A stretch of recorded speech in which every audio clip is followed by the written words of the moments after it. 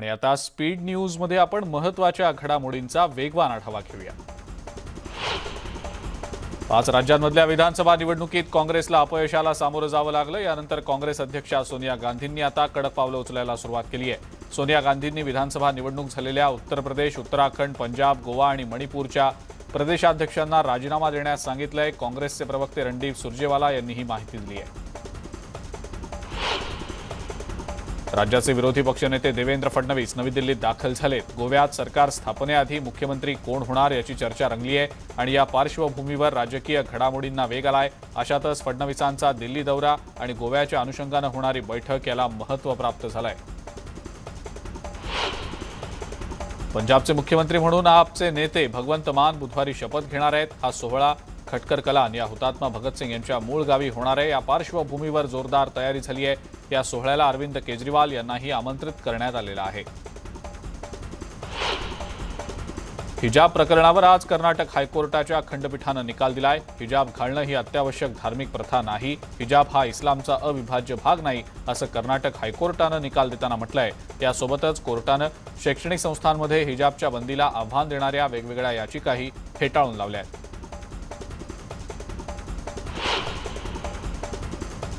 हिजाब प्रकरणी मुस्लिम personal law बोर्डानं आता निवेदन जारी केलंय। यात कर्नाटक हायकोर्टाचा निर्णय दुर्दैवी असल्याचं म्हटलंय।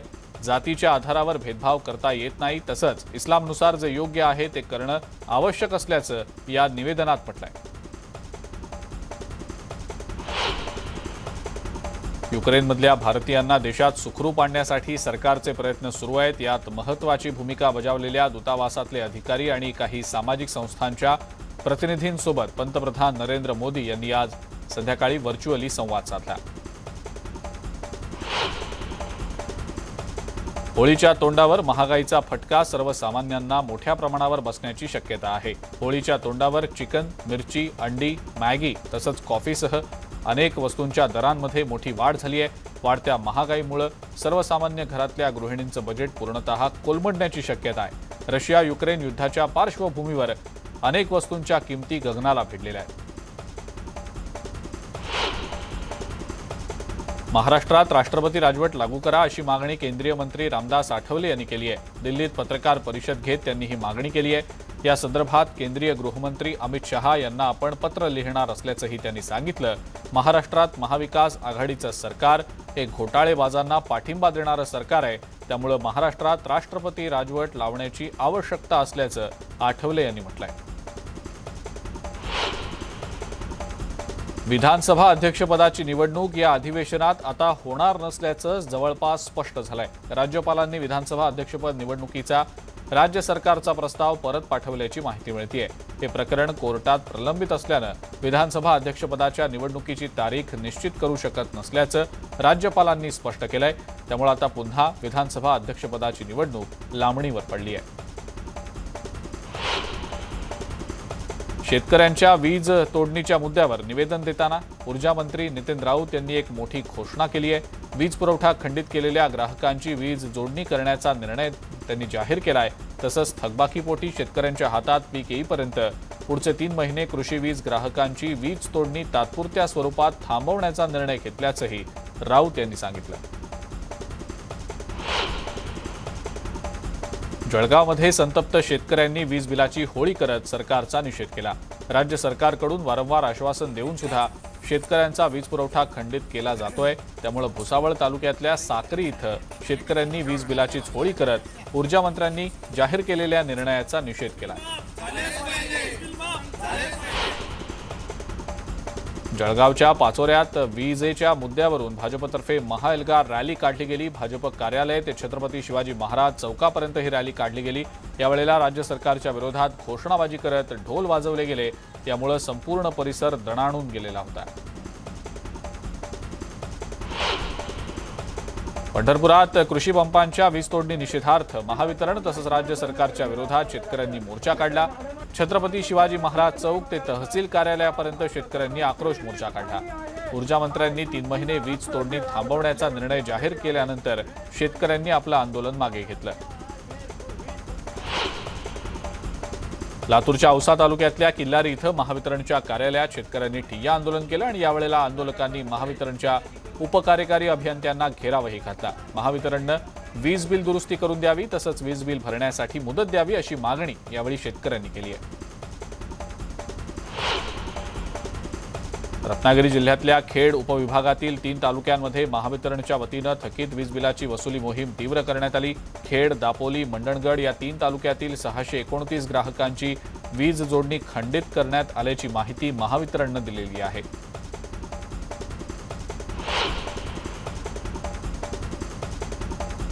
बुलढाण्यातल्या देऊळगाव राजा तालुक्यातल्या संत चोखामेळा प्रकल्पाचं पाणी रब्बी पिकांसाठी सोडलं जावं ही मागणी स्वाभिमानी शेतकरी संघटनेकडून करण्यात आली आणि याच पार्श्वभूमीवर उंच पाण्याच्या टाकीवर काही शेतकऱ्यांनी शोले स्टाईल आंदोलन केलं।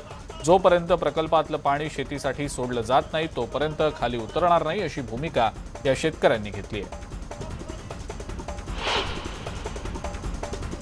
चंद्रपूरच्या राजीव गांधी अभियांत्रिकी महाविद्यालयात प्राध्यापक व्यवस्थापन पुन्हा एकदा आमनेसामने आलंय। 4 वर्षांपासून रखडलेल्या वेतन मुद्द्यावरून प्राध्यापकांचा व्यवस्थापनाविरोधातला संघर्ष सुरूच आहे। याच पार्श्वभूमीवर बैठकीच्या निमित्तानं आलेल्या प्राध्यापकांनी धमकी दिल्याचा आरोप करण्यात आलाय। यावेळेला तणाव निवळण्यासाठी पोलिसांना पाचारण करावं लागलंय।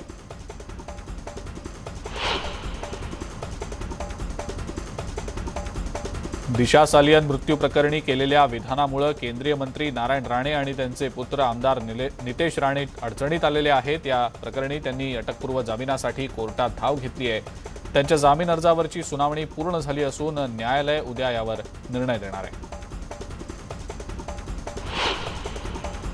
मालेगावमध्ये द काश्मीर फाईल्स हा चित्रपट लावला जावा या मागणीचं निवेदन भाजप कार्यकर्त्यांनी पोलिसांना दिलं। जर हा चित्रपट लावला गेला नाही तर रस्त्यावर उतरून आंदोलन करू असा इशाराही दिला गेला। मालेगाव मुस्लिम बहुल असल्यामुळे इथं हा चित्रपट झळकला तर कायदा सुव्यवस्थेचा प्रश्न निर्माण होऊ शकतो। त्यामुळे थिएटर मालकांनी हा चित्रपट न लावण्याचा निर्णय घेतलाय आणि त्यामुळे भाजपनं आक्रमक भूमिका घेतली आहे। पुण्यातल्या क्लाइन मेमोरियल स्कूलच्या संचालकांवर गुन्हे दाखल करण्याचे पोलिसांना निर्देश दिले गेलेत। विधान परिषदेच्या उपसभापती डॉक्टर नीलम गोऱ्हे यांच्या अध्यक्षतेखाली झालेल्या बैठकीत पोलिसांना हे निर्देश दिले गेलेत। तसंच पुण्यातल्या 33 अनधिकृत शाळांची चौकशी करून त्यांच्यावर कारवाई केली जाणार आहे। खासगी शाळांमध्ये बाउन्सर नेमू नये अशी देखील सूचना करण्यात आलेली आहे। बीडमधल्या वक्फ बोर्ड जमीन घोटाळा प्रकरणामध्ये 3 आरोपींनी आता आत्मसमर्पण केलेलं आहे। शहावली दर्ग्याची 409 एकर जमीन अधिकाऱ्यांच्या सोबत संगनमत करून भूमाफियांनी लाटलेली होती। या संदर्भात वक्फ बोर्डाच्या अधिकाऱ्यांनी तक्रारही केलेली होती आणि यानंतर 15 जणांवर गुन्हा दाखल करण्यात आलेला होता। या प्रकरणी आता 3 आरोपींनी आत्मसमर्पण केल्यानं या सगळ्या प्रकरणाच्या तपासाला गती मिळणार आहे। गेल्या काही दिवसांपासून पेपर फुटीचं प्रकरण राज्यभर गाजतंय। टीईटी पेपर फुटी प्रकरण असेल किंवा आरोग्य भरती पेपर फुटीचं प्रकरण असेल, पुणे पोलीस या सगळ्या प्रकरणांमध्ये मोठ्या प्रमाणात आरोपींना अटक करतायत। पुणे सायबर पोलिसांनी टीईटी प्रकरणातल्या 3955 पानांचं दोषारोपपत्र जिल्हा कोर्टात दाखल केलंय। बापानं मुलीच्या लग्नाला नकार दिल्यानं तरुणानं पार्टीच्या बहाण्यानं मुलीच्या वडिलांची हत्या केली आहे। भिवंडी तालुक्यातल्या कवाड इथं ही धक्कादायक घटना घडलेली आहे। या हत्येप्रकरणी तरुणाला भिवंडी तालुका पोलिसांनी अटक केली आहे। पप्पू कुमार रामकिशोर शहा असं अटक केलेल्या तरुणाचं नाव आहे। तो मूळचा बिहारचा राहणारा आहे। अमरावतीमधल्या किरणनगरमधल्या एका नाल्यात एका महिलेचा मृतदेह आढळलाय। यामुळे एक खळबळ माजलेली आहे। मृत महिलेचं नाव संगीता चोरपगार असं असून रस्त्यानं जाताना तिला फीट आली। अशातच रस्त्या शेजारच्या नाल्यात ती पडली, मात्र वेळेवर मदत न मिळाल्यामुळे तिचा मृत्यू झाल्याची माहिती पोलिसांनी दिली आहे।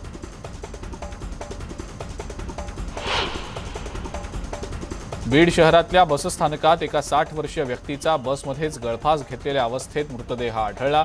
यामुळे खळबळ माजलेली होती। ही हत्या आहे की आत्महत्या याबाबत प्रश्नचिन्ह उपस्थित केलं गेलं होतं। पोलीस या प्रकरणाचा अधिक तपास करतायत। पालघरमधल्या पिंपळशेत इथं सर्पदंशामुळे 12 वर्षीय मुलीचा मृत्यू झालाय।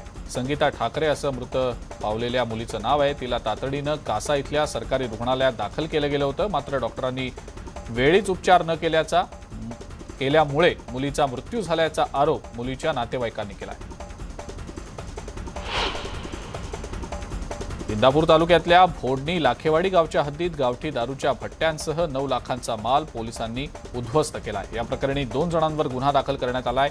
ऊसाच्या शेतात अवैधरित्या गावठी दारू बनवली जात होती। पोलिसांना याची माहिती मिळताच त्यांनी दारू निर्मितीसाठीचा कच्चा माल, 2 बॅरल नवसागर रसायन आणि 45 बॅरल इतर रसायन नष्ट केले।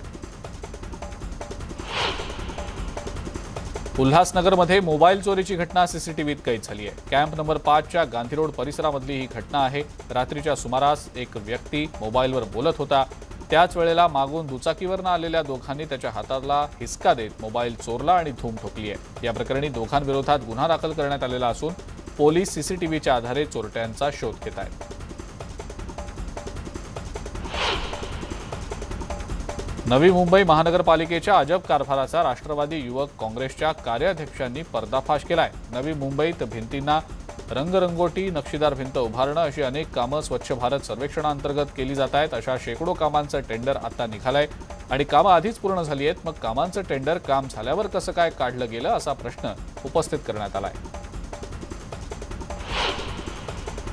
ठाणे महानगरपालिकेतर्फे 12 ते 14 वयोगटातल्या विद्यार्थ्यांसाठी कोरोनावरचं लसीकरण सुरू होणार आहे। पार्किंग प्लाझा इथं लसीकरणाला सुरुवात केली जाईल। कोरोनावर मात करण्यासाठी गेल्या टप्प्यात 15 ते 18 या वयोगटातल्या मुलांचं लसीकरण केलं गेलं होतं। त्याचप्रमाणे शाळांमध्ये देखील विद्यार्थ्यांचं लसीकरण महत्त्वाचं असल्यामुळे ठाणे पालिकेकडून 12 ते 14 वयोगटातल्या विद्यार्थ्यांसाठीचं लसीकरण सुरू केलं जात आहे।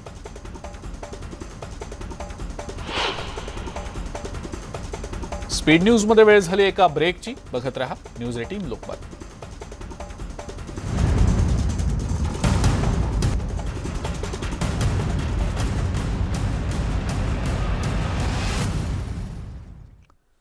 ब्रेकनंतर स्पीड न्यूजमध्ये आपण इतरही काही महत्त्वाच्या बातम्यांचा आढावा घेऊया।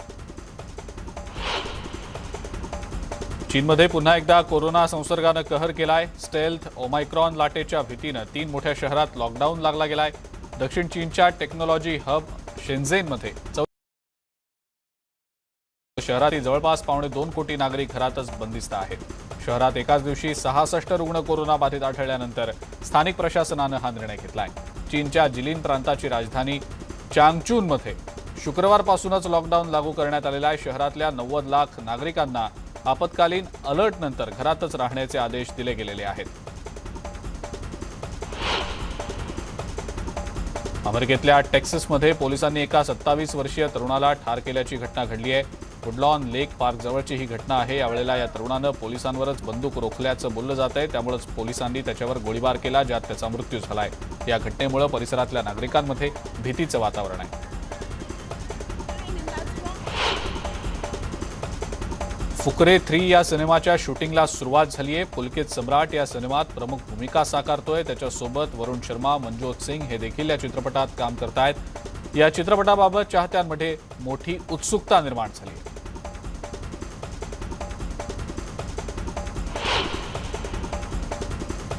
आणि या सगळ्या महत्त्वाच्या बातम्यांसोबतच स्पीड न्यूजमध्ये वेळ झाली इथंच थांबण्याची। ताज्या बातम्या आणि अपडेट्ससाठी बघत राहा फक्त न्यूज 18 लोकमत।